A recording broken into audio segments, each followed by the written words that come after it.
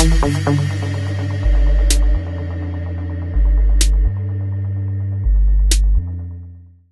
it's Mike Spinelli on Drive Central, the show where you'll find out all the things going on Drive this week.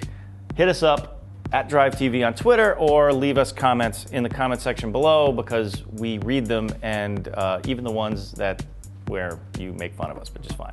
Anyway, on Tuned, this week, Matt Farah trekked up to Washington State to visit Art and Craig Morrison to find out how to make old muscle cars perform like new cars. Check out this clip with Matt. Okay, Matt, this is the tool that we build our early Corvette frame on, the C1, the 53 to 62. This is the identical frame that I have underneath my 60 Corvette.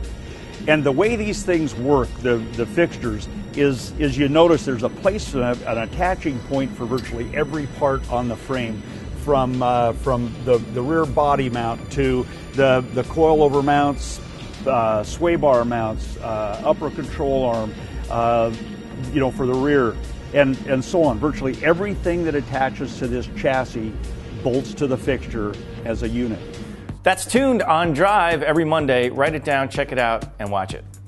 In his latest road trip, Alex Roy tries to find out why Detroit isn't quite the bombed-out dystopia everyone thinks it is, and he even found a street where all the houses are painted in polka dots, thanks to all the crack dealers. Why is that? Let's let Alex explain exactly why. And that car would be something unbelievable. It's that. That's Live and Let Drive every Tuesday right here on Drive. Now, as we found out last week on Drive Central, Chris Harris found his way into a sort of Whitman sampler of homologated rally cars from the glory days of Group B. So let's check out another clip of turbocharged all-wheel drive awesomeness from this week.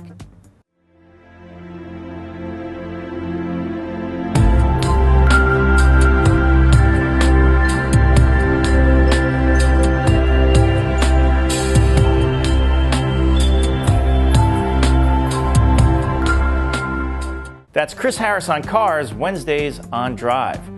This week on Road Testament, we're taking a look at the insane world of auto auctions where millions of dollars in cars change hands every 11 seconds.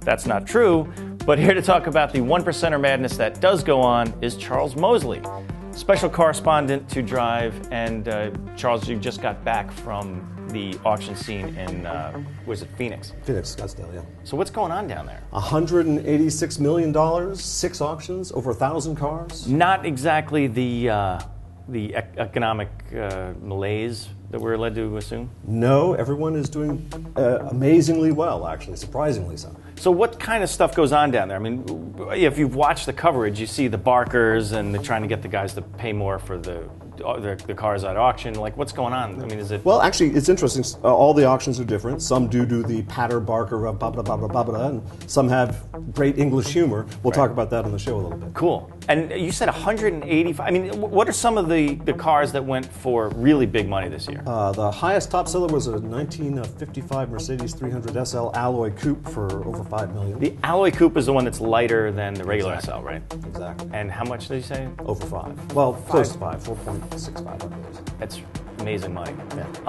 And there was a California Spider that went for 2.9. There was there was a Tucker that went for 2.6. A Tucker? Yeah. From the safety car of the future. Tucker, yeah. Real Tucker. What about muscle cars and stuff like that? Muscle cars did very well. There's some great, but they're not doing as well as they did maybe 3 years ago. Mm-hmm. But the decline has not been very much. And for a really good car, you're going to get really good money. Wow. So the real rare ones are still. So it's not like you're going to get the 4-door Tempest is going to be. No, and actually, but they do sell a lot of them there. So while yes, you can spend $5 million for a car, you can also spend $10,000 and walk away with a pretty cool classic. So what about the overall scene? Is it like Coke and Hookers, or is it like, because I mean there's a lot of money flying around down there. I know nothing about Coke and Hookers. Of course not. No.